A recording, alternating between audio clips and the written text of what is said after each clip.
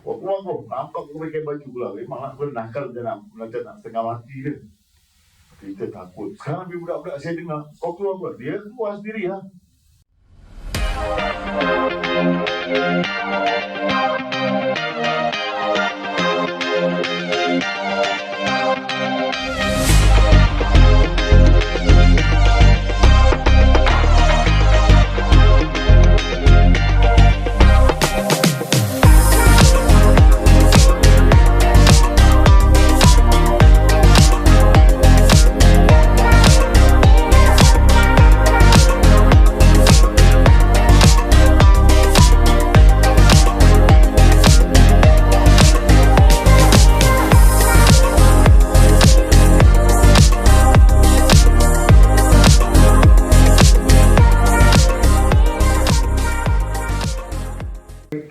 Dengan pertanyaan dari mungkin dari sesi penonton di sana yang ingin bertanya.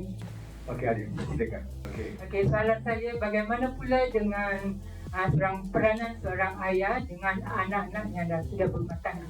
Okey, anak pun dah berumah tangga. Jadi macam mana? Sebab dia ada suami, dia ada isteri. Jadi peranan ayah tu apakah masih perlu dipakai lagi? Adakah ayah tu akan membisu selamanya? Atau dia berdiri?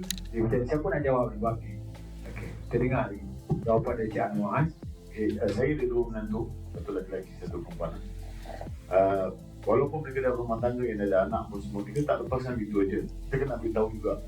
Kalau anak perempuan kita ni, anak perempuan saya ni, saya jangan cucuk-cucuk dengan menantu lelaki saya. Suruh bini kau masak. Jangan nasi muka sangat bini kau. Padahal tu anak perempuan saya tu. Saya tak nak dimanjakan anak saya sangat. Dan saya selalu bisingkan dia, kau ada masak tu lelaki kau tak? Kau ada gini, kau ada dengar cakap lelaki kau tak? Itu. Okey. Yes, you buat, tapi aku nak tahu. Anak perempuan, anak lelaki saya pun sama. Kalau dengan menantu saya, kalau cakap dia komplain pasal bini dia sikit, tak kau salah. Saya tak akan support anak saya. Jadi kita beritahu isteri diorang ni bukan bermakna diorang rumah tangga. Saya tak maksud tak campur dengan diorang rumah tangga. Saya bilang isteri saya pun jangan maksud campur dengan rumah tangga. Maknanya dia nak cat rumah dia warna purple ke, dia masak ke, tak masak laki bini ke, apa dia nak keluar, dia balik tengah malam tu, dia rumah tangga. Tapi dia punya welfare tu, dia punya kebaikan, dia macam mana dia jaga anak orang atau jaga suami dia, itu yang jadi kita punya fokus. Saya jumpa dengan menantu saya, Israel nama dia, macam mana Farah. Okay. Farah dia ada ada tinggi suara ke, ada dengar kau bercakap, ada apa, okey, semua okey dah. Kita tak lepaskan. Dan setiap kali saya nasihatkan orang dengan Farah ni lelaki kau, bukan tak boleh. Kadang-kadang kita nak suruh dia buat apa-apa, kita tanya lelaki kau dulu.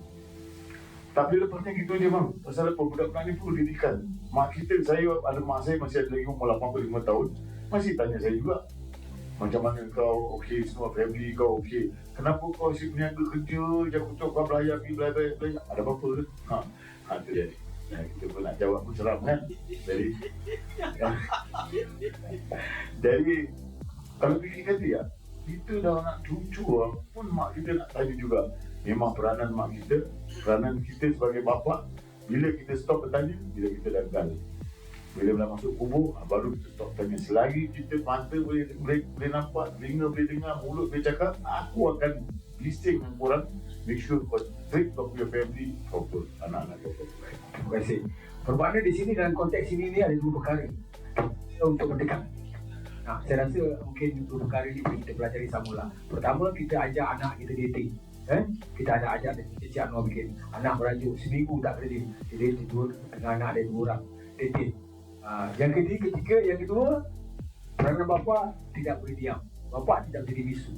Kalau bapa contohlah, kalau bapa tanya, bang gini ni, anak ni kat sekolah gini-gini, tu dah pergi.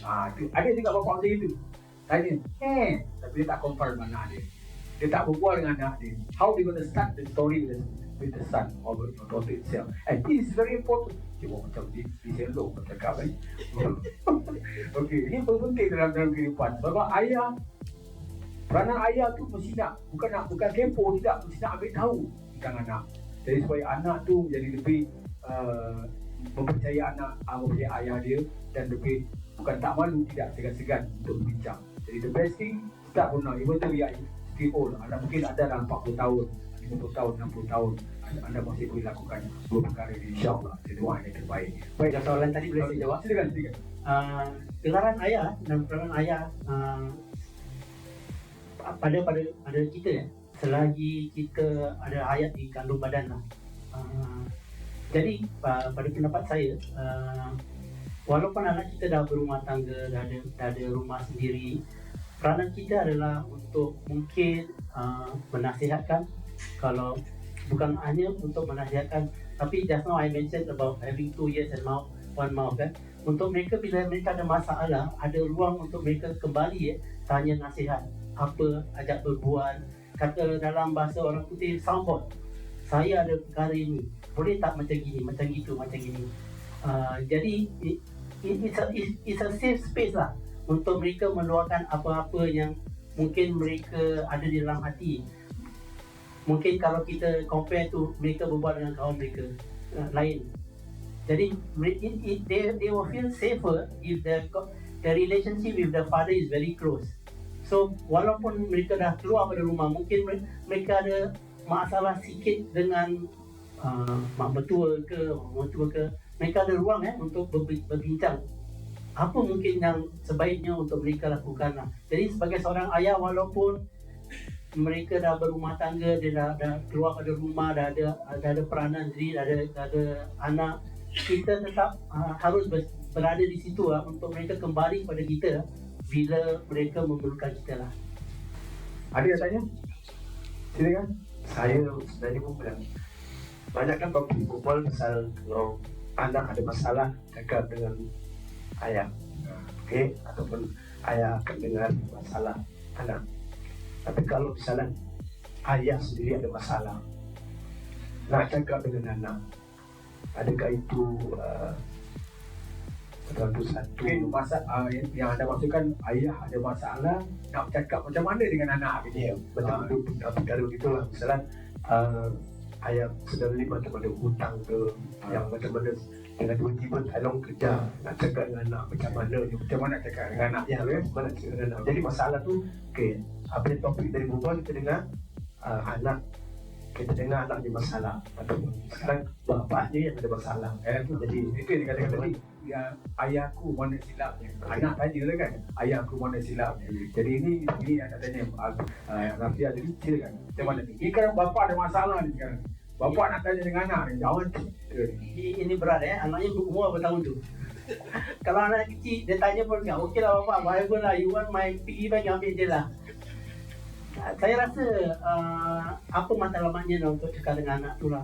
Mungkin untuk kalau nak cakap pasal hal tu, jadi anak tahu apa keadaan dalam family, mungkin boleh lah. Tapi kalau mungkin nak cari jawapan atau pertolongan, mungkin susah lah. Saya sarankan kalau misalnya yang itu berlaku, harus pergi ke dad punya counselor lah, to see how to address the dad lah. Tapi it's very important pasal banyak keluarga, banyak ayah-ayah yang tak mengkongsi masalah rumah tangga atau masalah keluarga dengan anak-anak. Jadi anak-anak tak tahu bila COVID misalnya berlaku, banyak orang yang dibuang kerja. Saya tinggal di Bishan, ada satu park kecil tu, kadang-kadang bila saya jalan, banyak saya tengok 2-3 orang pakai baju cantik-cantik duduk kat situ. Pasal mungkin mereka dah dibuang kerja, tapi mereka tak nak beritahu family yang mereka dah tak kerja lagi. Sedih lah saya tengok tu. Pada pendapat saya, apa yang kita tak nak menyusahkan keluarga, kita tak nak menyusahkan anak-anak. Tapi kalau kita boleh kongsi bersama apa yang kita hadapi, tanpa mengharapkan apa-apa dari mereka, cuma mengharapkan agar mereka faham apa yang sekarang berlaku dalam keluarga. Maknanya misalnya selalu kita makan pergi Swensen ke apa ke, sekarang bapa dah tak kerja ni, mungkin kita dah tak keluar sangat lah, kita bapa masak lebih lah, atau kita makan di hawker center je lah. Pada saya itu okey. Tapi banyak yang kata orang Melayu kita itu nanti jatuhkan air muka bapa. Pada pendidikan saya, jika kita boleh kongsi apa yang kita lalui, mereka boleh mempelajari, mereka boleh rasa simpati pada saya dah didik anak saya untuk tahu apa makna kita ni tak selalu senang. Kadang-kadang kita akan menghadapi kesusahan. Bagaimana kita sebagai keluarga harus sama-sama mengharungi, jadi kita tak rasa sendiri stres. Orang lain mungkin dalam family bapa seorang stres. Saya rasa itu mungkin tak baik untuk mental well-being lah. Itu pandangan saya lah. Baik, terima kasih. Okay, bukan tunggu betul juga kadang-kadang bila kita orang tu ayah mesti cakap, kau tak tahu aku orang tu lebih banyak makan garam. Tapi tak tahu bapak cakap kita akan memusnahkan diri kita sendiri. Sebab apa dia makan garam lebih akan jadi darah tinggi. Kan? Jadi susah juga nak cakap kan, tapi oleh kerana itu satu macam perumpamaan dalam kita kehidupan hari ini kan. Jadi boleh cakap dengan anak kita, anak cakap balik kau, Pak, do you realize that you eat lebih banyak garam, dia akan sakit dalam badan ni tau.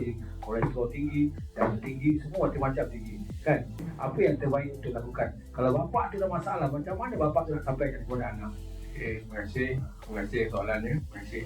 Pertama, saya ingat kalau kita ingat daripada permulaan salah seorang daripada independen mengatakan, menyebut bahawa bapa dia punya ego kan, dan kita faham lah umur dia sebagai bapa. Jadi sebagai seorang bapa, tentulah dia tak akan cakap dengan anak dia masalah dia.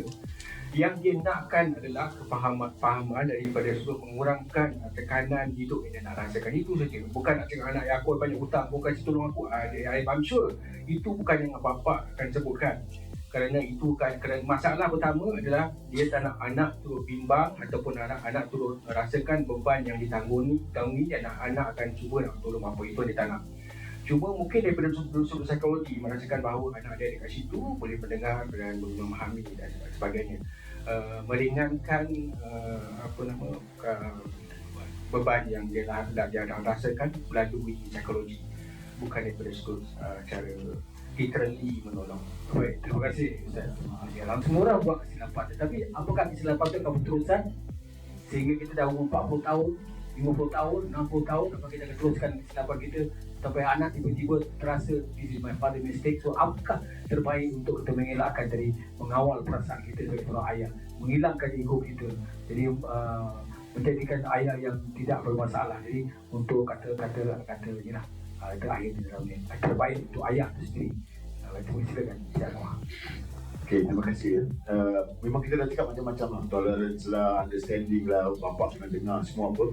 Tapi kita jangan lupa ni, kita peranan bapak kita ni, kita nak beritahu juga anak-anak kita yang dia tak ada hak untuk stereotip kita. Dia tak ada hak. Dia tak ada hak untuk hukum kita. Kita akan buat keputusan yang salah, kita akan buat keputusan yang tak popular, tapi dia tak ada hak. Saya pernah ada satu keluarga datang jumpa saya. Dia mengadu dengan isteri saya tentang bapak dia. Dia mengadu, dia cakap saya dekat tepi, saya dengar dia. Last dia pusing kat saya. Dia cakap dengan saya, betul tak Bang Nom? Betul. Kau datang rumah aku, kau mengadu bapak kau perihal. Siapa kau ni sebenarnya? Kau tak ada hak. Kata dia separuh babi, separuh anjing. Istilah dia begitu. Kita tak ada hak stereotip bapak kita. Mungkin bapak kita buat salah lah. Betul lah, kita selalu cakap kena tolerate, kena jaga, nak jaga, takut anak kita gitu. Ada limit dia juga Ustaz. Betul tak? Bukan kerana kita takut nanti macam mak saya bilang, sekarang budak-budak anak kalau kita marah, dulu kalau kita kena halau keluar, melalak kita balik. Kau keluar kau, nampak kau pakai baju pula. Memang nak nakal dia nak setengah mati je. Kita takut. Sekarang budak-budak saya dengar, kau keluar apa? Dia keluar sendiri lah. Jadi kerana takut tu, kau boleh buat apa kau boleh suka? Belum tahu. Dia ada law juga. The father, kita ni bukan nak popularity. Kita tak peduli pasal popularity. Kita nak kebaikan orang. Jadi isteri-isteri pun main peranan. Kadang-kadang bila bapak tu bila main isteri dengan anak, pukul berapa balik? Kenapa kau pergi macam ni? Bini-bini pula jangan. Biarlah budak tu nak keluar. Jadi dia ada support. Bila dia support, habis lah. Jadi biarkan bapak-bapak ni, kita punya peranan. Ada agama, ada tradisi kita, ada kita punya kata orang tata cara kita ikut. As long kita tidak menjahanamkan dia orang, tak merosakkan harta benda orang, tak melukakan orang punya badan semua apa, the discipline must go on. So no compromise. Itu je. Allah Alam. Dalam kedua soalan yang dikemukakan kepada saya bercakap tentang satu perkara yang berkaitan lah dengan dua soalan tadi. Itu saya bercakap tentang pembentukan karakter kalau kita ingat kan, baik dari soalan pertama dan soalan kedua. Saya ketengahkan pentingnya pembentukan karakter terhadap anak. Di antara perkara kita boleh lakukan sebagai seorang ayah, saya cakap tentang ayah yang mempunyai anak kecil.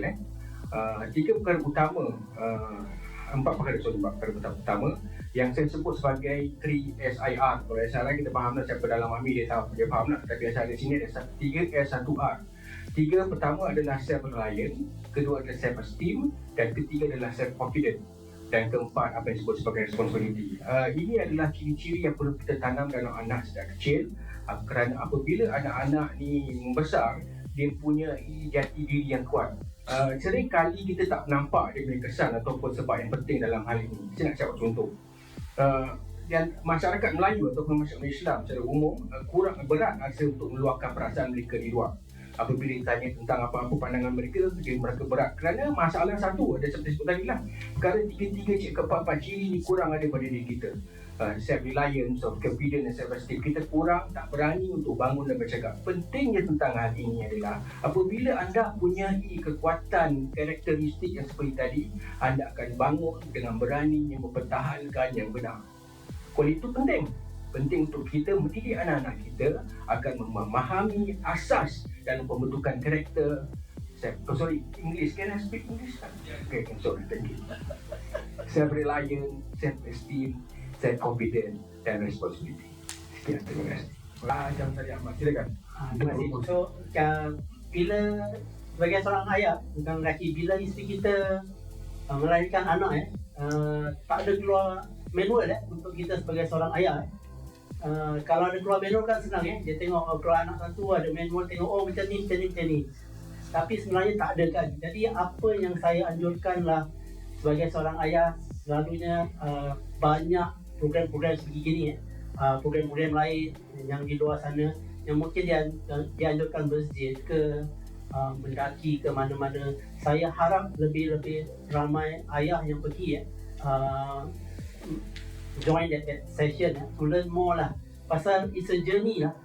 Every child, as they mentioned just now, every child is different. Every generation is different. While kita ada fundamentally certain things remains the same, but there is a different pendekatan yang kita harus lakukan lah. Jadi saya anjurkan lebih banyak program segi ini atau program-program yang lain khususnya untuk ayah yang boleh lebih ramai lagi kaum ayah yang boleh datang untuk belajar dan berkongsi bersamalah. Itu saja. Terima kasih saya harapkan pada semua. Dan jadi kata orang tu forum kita bertajuk pada hari ini itu Ayahku Mana Silamnya. Dan inilah kita ingin betulkan, bukan kita nak betulkan juga, kita memberikan motivasi, memberikan saranan kepada seorang ayah jadi untuk memahami, untuk membuka ruang bagi ayah-ayah untuk sama-sama renungi, berkongsi dan juga memahami dinamika hubungan antara anak atau isteri, antara siapa-siapa dalam keluarga kita. Itulah yang penting, bagaimana bukan untuk mencari kesilapan ayah. Kita membincangkan tentang bagaimana seorang ayah itu perlu bangun, bangkit daripada kekalahan, bangkit daripada perkara-perkara yang apa yang kesalahan yang dilakukan. Jadi kita mengharap jadi inspirasi kepada kita dan juga kepada masyarakat dalam menghadapi cabaran-cabaran hidup kita pada hari ini. Singapura negara yang moden dan kita pun jadi manusia madani, moden untuk hidup dalam dunia ini. Kita perlu mengikut peredaran zaman. Jadi tidak tinggalkan, bukan zaman untuk follow apa yang tidak telan semua, tidak. Kita kena ada jaga akidah, tauhid kita, diri kita sebagai seorang ayah untuk menjaga jangan sampai ego kita melebihi kita. Itu yang bahaya. Terima kasih terutama sekali kepada ahli panel kita, Dr. Wan Rizal Wan Zakaria yang dah pulang, MP bagi GRC Jalan Besar, dan juga terima kasih kepada kata orang tu CEO bagi Pos DKI Taha Anwar. Terima kasih dan juga terima kasih kepada Dr. Ustaz Dr. Hanafiah Budin yang sudi seorang pendawa bebas dan sudi datang untuk sama-sama menjayakan program ini, dan juga kepada Encik Jamsari Ahmad merupakan pengurus besar bagi bapa hebat yang kata orang tu supporting kepada region ini.